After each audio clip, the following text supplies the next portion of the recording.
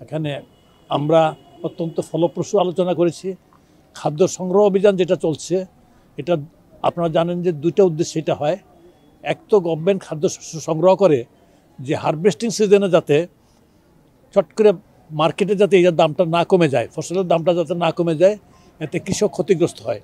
কৃষককে price support দেওয়ার জন্যে কৃষি মন্ত্রণালয় থেকে প্রাইসটা নেওয়া হয় যে এখানে তার উৎপাদন খরচ কত, তার সাথে তার লাভ কত থাকা উচিত, এটা মিলে একটা কমিটি, এটার মধ্যে বেশ কয়েকজন উপদেষ্টা আছেন এবং অর্থ উপদেষ্টার সভাপতি, সেখানে দামটা নির্ধারণ করা হয়। সেই দামটা ঠিক করে দেওয়া হয়, চালের জন্য কত, ধানের জন্য সিদ্ধ চালের জন্য কত, আতপ চালের জন্য কত, ধানের দাম কত, এটা করে দেওয়া হয়। সেই হিসেবে প্রতি জেলার জন্য আমরা টার্গেট ভাগ করে দিই। আমরা সেই টার্গেট মোটামুটি অগ্রসর হচ্ছে।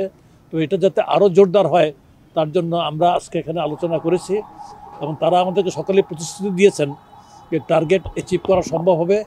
আমরা আশাবাদী আপনাদের এই রাজশাহী অঞ্চল, রাজশাহী বিভাগ অ্যাজ ওয়েল এস রংপুর বিভাগে আমরা দুদিন আগে মিটিং করে আসলাম। এই দুই জায়গাতেই এটাকে আমরা মনে করি দেশে খাদ্য উৎপাদন হাব, আপনার দেশে খাদ্য ভাণ্ডার। এই অঞ্চল গোটা দেশে খাদ্য সরবরাহের জন্য বড় রকম কেন্দ্র। তো এখানে চাহিদার চেয়ে অনেক বেশি পরিমাণ চাল উৎপাদিত হয় এখানে এবং রংপুরে, আর অন্য সব অঞ্চলে অনেকাংশেই ঘাটতি আছে। তো সুতরাং আমরা এটা নিয়ে আলোচনা করেছি, সকলেই আমাদেরকে অত্যন্ত এনকারেজিং সাপোর্ট দিয়েছেন যে যেটুকু হয়েছে আমরা এতে ভাবছি যে আরও বেশি হওয়া উচিত ছিল। তার মধ্যে তারা কথা দিয়েছেন যে তারা সহসাই যে যার টার্গেট আছে সেটা অ্যাচিভ করতে পারবেন এবং টার্গেট চেয়ে কিছু ক্ষেত্র কিছু বেশিও যাবেন বলে বলেছেন। না, প্রণোদনার ব্যাপার হচ্ছে কি, আমরা কিন্তু তাদের উৎপাদন খরচের সাথে আমরা কৃষকের লাভ যুক্ত করে কিন্তু আমরা দামটা নির্ধারণ করেছি।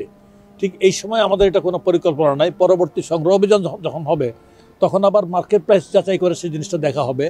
এখন পর্যন্ত আমরা আসলে এক এক জিনিসের দাম এক এক জায়গায়, রাজশাহী সিরাজগঞ্জ শহরে যেটা দেখছেন, আবার সিরাজগঞ্জ থেকে 20 মাইল দূরে একটা গ্রামে যেয়ে দেখবেন যে জিনিসটা কম।